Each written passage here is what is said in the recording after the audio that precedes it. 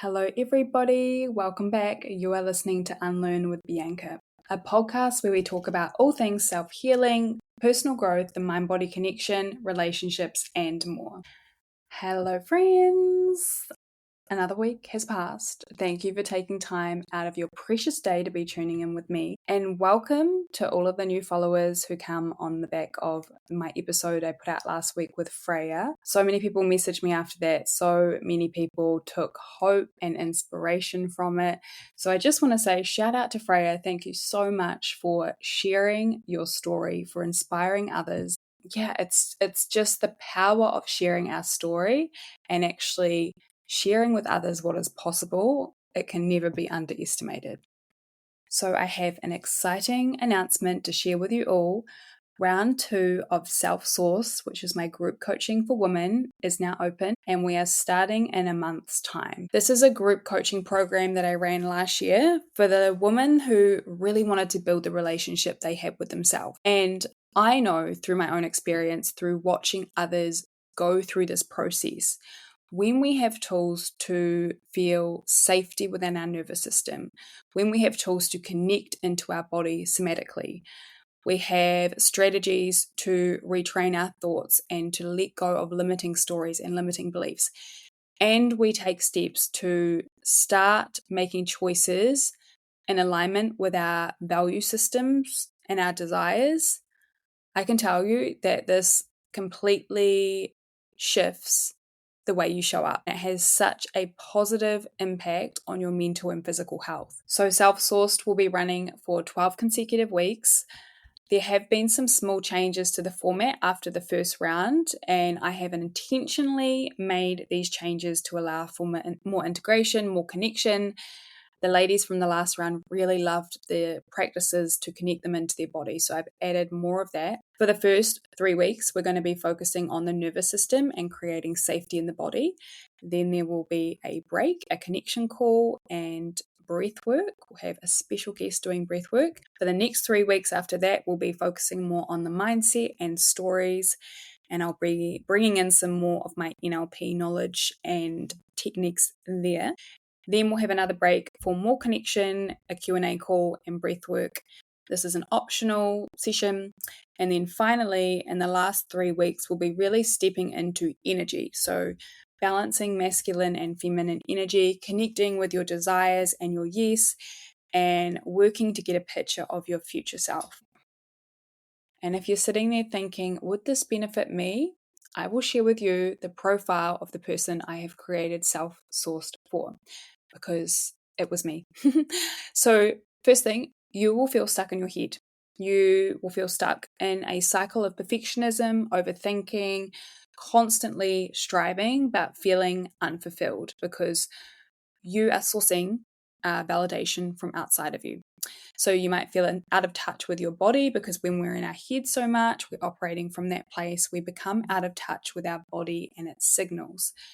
That is why I'm really going to be focusing on the body in the first part.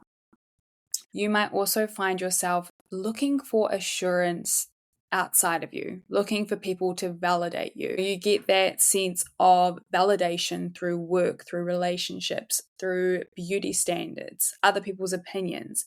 But you want to understand more about how you can cultivate that within. It really starts with compassion and looking at different parts that are at play within us. If you are struggling to understand, to identify boundaries and actually implement boundaries, you constantly find yourself people-pleasing, maybe you're over-explaining, you're drained, you're out of touch with your own needs and desires. This we will definitely be covering. So you might look at others who exude this confidence. They look really comfortable in their own skin. They look really comfortable with their feminine energy. And you're thinking, I don't know how to get there. I don't think that's within me. I'm telling you, it's within you. You have that too. I'm just going to show you how to tap into that more. So when we can access this type of energy and have our energy really balanced, you will feel more open, you'll feel more peace, you'll feel more in touch with your intuition, and again, more connected to your body. And finally, join self-sourced if you keep attracting the same situations. You feel frustrated because you keep getting the same kind of relationships, the same kind of experiences, the same kind of issues and friendships, but you can't pinpoint why. We will be exploring the underlying reasons for this. By the end of the 12 weeks, you are going to have the tools to feel more tapped into your inner confidence, into your power. You're going to have the tools to feel more at home and safe in your body. You are going to understand patterns that have kept you stuck. And you will just gain confidence in being able to be you and really embrace your unique energy. So for those of you listening who are ready to take the next step, who are sitting there thinking, this could be for me, I encourage you to go to the show notes, click on the link. I'll put a direct link to all of the information. We're starting on Wednesday, the 5th of March. All the info's there. There's payment plans available. Something that is really important to me is integrity, and I really do my best to practice what I preach. So I was thinking about what did I want today's episode to be on? And I've actually decided, because I'm sharing with you guys this new offering, I want to share with you how it actually applies in my life, what self-sourced means in my life, and give you an idea of where I started versus where I am now.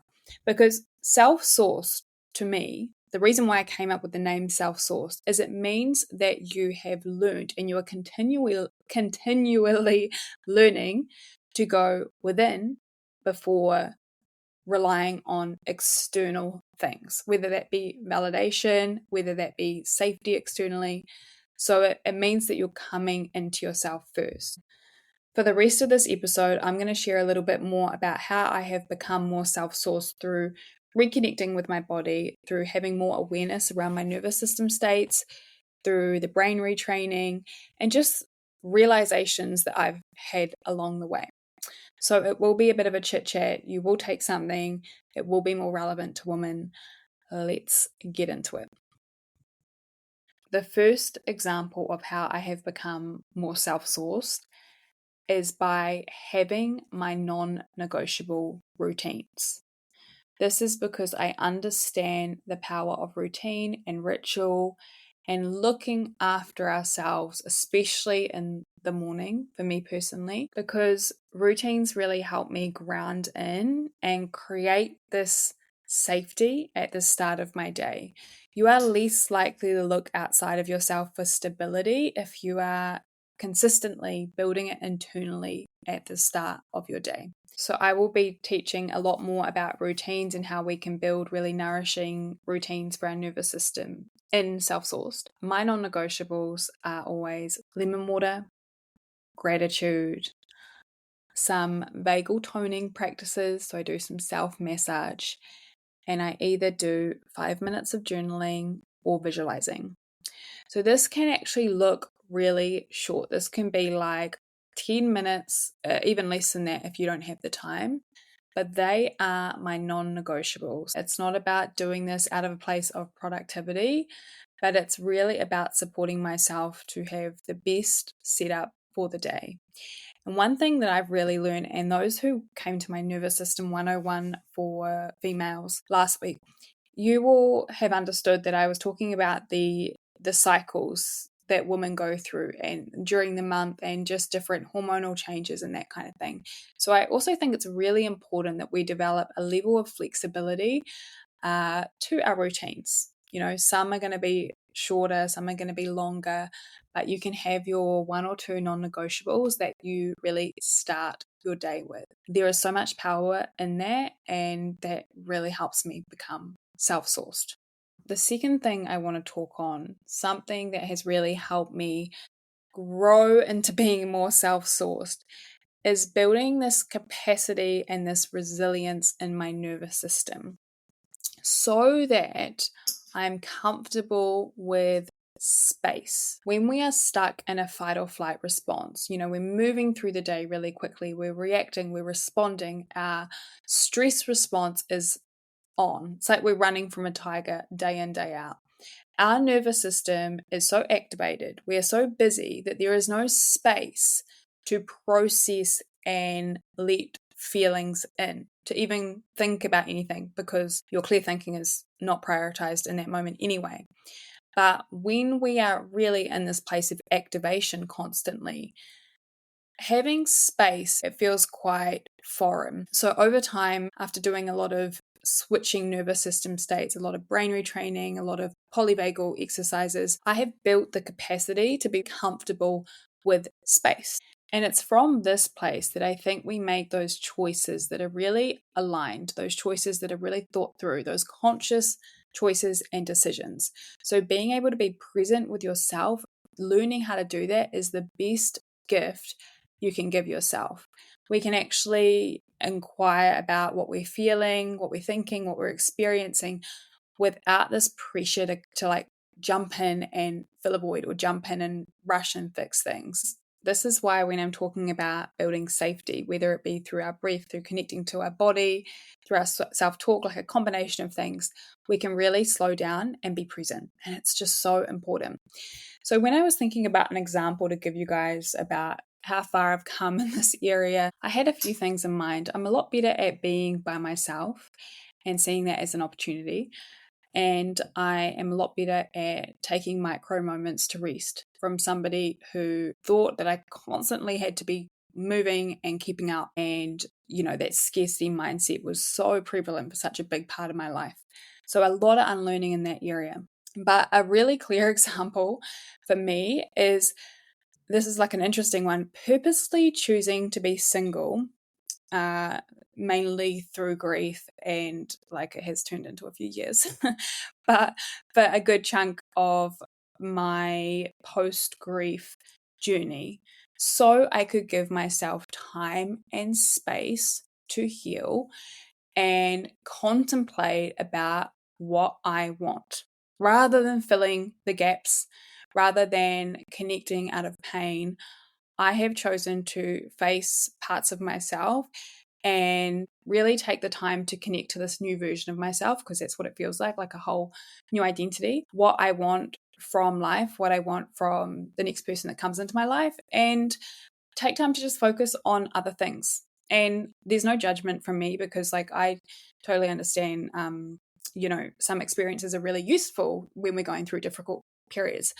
But I did that intentionally. When we create moments of safety with ourselves and get comfortable with that, to actually ask ourselves the hard questions, have our back through all of that, it means that we don't end up operating from autopilot. We don't make decisions out of fear. So often, and this is just my personal opinion, a lot of the time we don't make that space. We don't get to know ourselves as much as we should. So we just jump into masking pain, or we jump into the next thing, or we just do things without thinking just to fill a void. So this is just an example, and it may or may not resonate with you, but I've really taken time to build safety within so that I feel comfortable not jumping, not making impulsive decisions. Yeah, and I know that the next relationship I enter, it will be from a place of fullness rather than a place of neediness. And I think that's really important to also note, that the more we can come into relationship with friends or with romantic relationships, knowing ourselves, the better the relationship is. Yeah. So the next point around how I and you can become more self-sourced is understanding your attachment style and conditioning that drives nervous system responses in relationships. So I'm circling back to relationships, but this is really important. And I'm bringing this as a new module in self-sourced, because so much of our life is relationships, right? Like whether it's romantic, friendship, work, colleagues, family, etc. Self-sourced is having all the power and energy within, whereas not being so self-sourced is latching and finding it externally. So in the past, I used to find myself really having strong reactions and responses to other people, or the opposite, like not speaking up, depending on who it was. But what I wouldn't be doing as much is really looking at myself and my own patterns and my influence and part to play in relationships. Because if we aren't looking at our attachment style and having an understanding and just getting curious about this, we keep attracting the same kinds of people and situations, and we feel like we get stuck in a loop. And this happens because our nervous system is wired for familiar, not happiness. So if chaos, if emotional unavailability or overgiving felt normal in childhood, we unconsciously seek out relationships in our life that mirror that. We outsource our sense of safety, back to that self-source thing, but we outsource our sense of safety. If we believe that love equals approval from others, then we end up in cycles of over-explaining, fawning, like attending to other people's needs or feeling responsible for other people's emotions. Attachment style, it's just a framework. We can actually work on changing this, right? But if we don't explore and get honest with ourselves about our attachment and relationships, we can project our unmet needs onto our partners, family members, friends, expecting them to complete us, expecting them to make us happy, instead of seeking validation externally, which is what that is. True healing and true fulfillment comes from self-awareness and inner work. So again, it's turning the spotlight on what everyone else is doing, the way that they're showing up, back on to yourself. And there's so much freedom in this. An example of a pattern that I've really worked through in the last few years is feeling too much. I think a lot of women will relate to this, feeling too much in relationships. So in that case, you might suppress your full range of emotions in relationships. You might feel disconnected. When we are on the path of becoming more self-sourced, that is when you begin to feel safe enough to show different parts of yourself to other people. It's when you begin to feel safe enough to be like, okay, these are my emotions, this is how I feel, and I trust that you are going to respond and see me for who I am.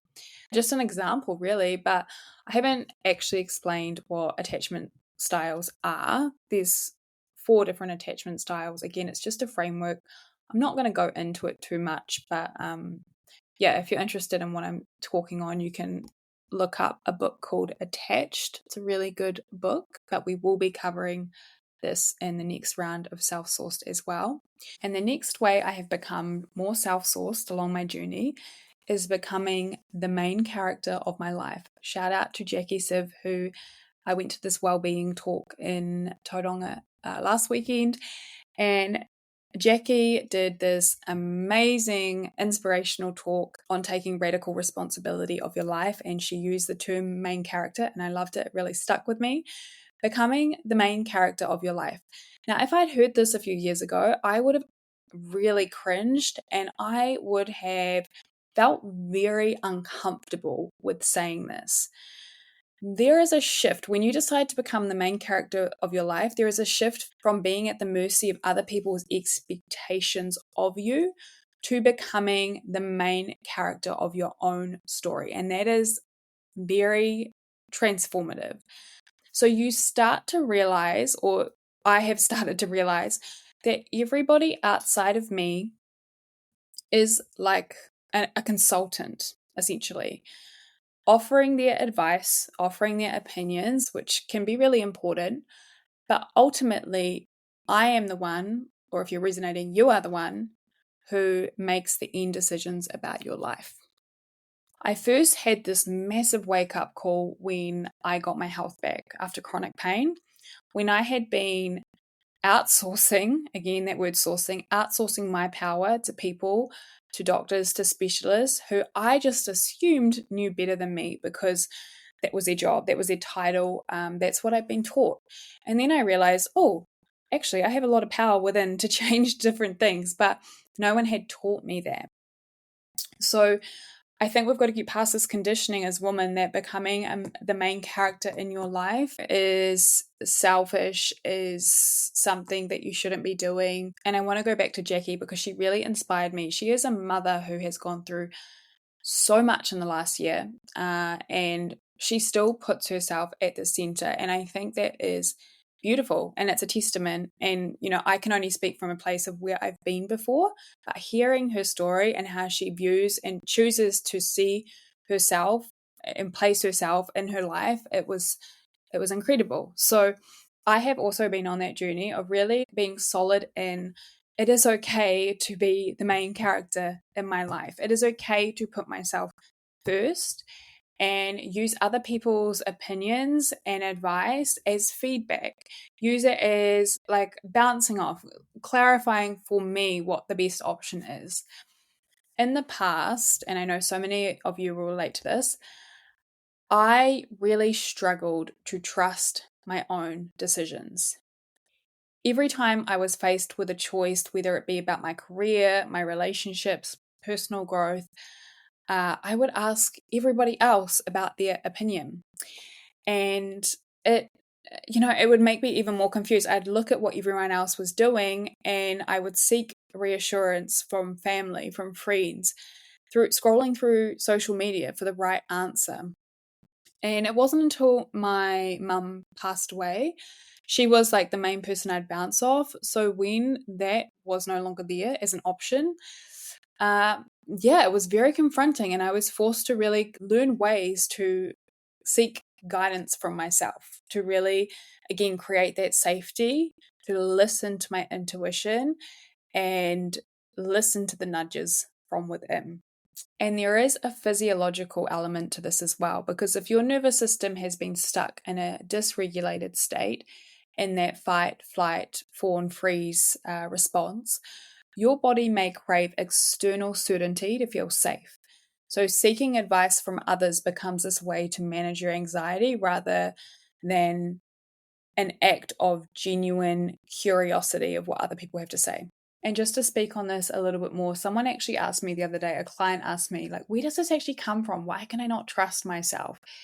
And once I started to understand the root of it, it made a lot of sense and it actually really helped me forgive myself. So it can be from the past, growing up in an environment where approval was prioritized over authenticity. If you were praised for, in this case, like as a female, being a good girl, but you were dismissed when you express your true desires or emotions, you probably learned unconsciously somewhere that external validation, meaning like the opinions of others, is more safe than being yourself and going to yourself first. Another way it can come about is having an overly critical or controlling caregiver, which can make you doubt your own judgment. If every decision you made was questioned or overridden, it's natural to second guess yourself as an adult. It can also come from just experiencing past quote unquote failures and disappointments in relationships repetitively or career choices. And naturally, you start to lose your confidence in your ability to make good choices. As you begin to become more self sourced, your energy again is going outwards to inwards. You're listening to your own emotions first and your own needs before absorbing other people's automatically, which is definitely what I used to do. It's like just absorbing everyone's stuff. You set boundaries without the guilt that lingers for hours at a time, and you stop over justifying your point of view, and you trust your inner authority instead of constantly seeking reassurance. And again, I've been here, it still comes up, but it's not a place I live as much as I used to. And it is so possible for us to develop a habit to go within first. There are two more ways that I have become more self sourced. One of them has been changing my relationship with quote unquote failure and what I thought was failure, which really stemmed from this perfectionism, this paralysis of trying to do things so perfectly because I didn't want to be seen as getting things wrong or not having things perfect, which is crazy because, again, it's not even a thing. Like, it's impossible to be perfect. But actually shifting that and changing my relationship to being a beginner has been such a big part of becoming more self-sourced. Having more compassion and patience for me as I learn has been huge. So becoming self-sourced is about widening your capacity through your body, again, through feeling safe, to try something different, to do something different, knowing that you have your own back no matter what, no matter how it goes, being okay with the process rather than getting stuck in a freeze response when things aren't at a certain level. Such a big part of this for me has been getting out of my head and back into my body through movement, through dance, through somatic shaking, through tapping, a lot of different things that have really taken me out of that analytical mind back into my body, allowed me to take steps forward and trust the process more. That's been huge. And finally, the last thing that I want to talk on today, there's actually a lot more that I could speak on, but the last thing for today is letting in joy and pleasure into my world, and actually getting curious about how that may look. Because I think so many of us, when we're in this constant grasp externally to feel good about ourselves through our diets, through the way we look, through other people's opinions, through everything, it's so much pressure, and we lose our sense of aliveness, of joy, and our sense of connection to our inner child because we are trying to keep up. It's just no way to live. Life can be so challenging, and the state of the world, like, things are heavy. I get it. I feel it too. And what has been such an important lesson for me, especially moving through grief and being in the depths of pain, not thinking I'd be able to connect with like lightness and playfulness and pleasure again. I think when we really practice looking for glimmers, when we really practice getting in a creative zone, where we really practice just releasing the pressure and just doing something out of enjoyment, we can start to tap into that energy again. For me, that's when I got back into my art, just doing something with no outcome, no specific outcome attached. It's so important that we allow in glimmers of joy and glimmers of playfulness or curiosity, or wherever you are at. Curiosity could be the next step, but it's so important because when we are connecting to a state of pleasure, and pleasure can simply be, I like the feeling of this cushion, I like the smell of this candle, like those sorts of things, we cannot be in a survival state as well. So really bringing in things that light us up can be so powerful. It can be such a powerful antidote to getting out of the stress response. But the other thing I want to say on that, on the joy thing, is that if it's hard to access, that's okay. It's okay. But what I'm trying to say here is that it was so hard for me to access as well. And I thought that if I allowed in joy, then it would really negate all the heaviness that I was feeling. But two things can be true at once. And it's possible to feel both things with practice. So whoever that message needs to get to, I hope you really sit with that. And I think when we are in really positive states and we're really in a good space, we can turn that up even more to embrace that, knowing that life is cyclical. It's always up and down, but we have to celebrate the joy. So guys, we're coming to the end of today's episode. And if you resonated with any of the things I said before and you're thinking, I'm at that point, I wish I could move out of that, how did you do it?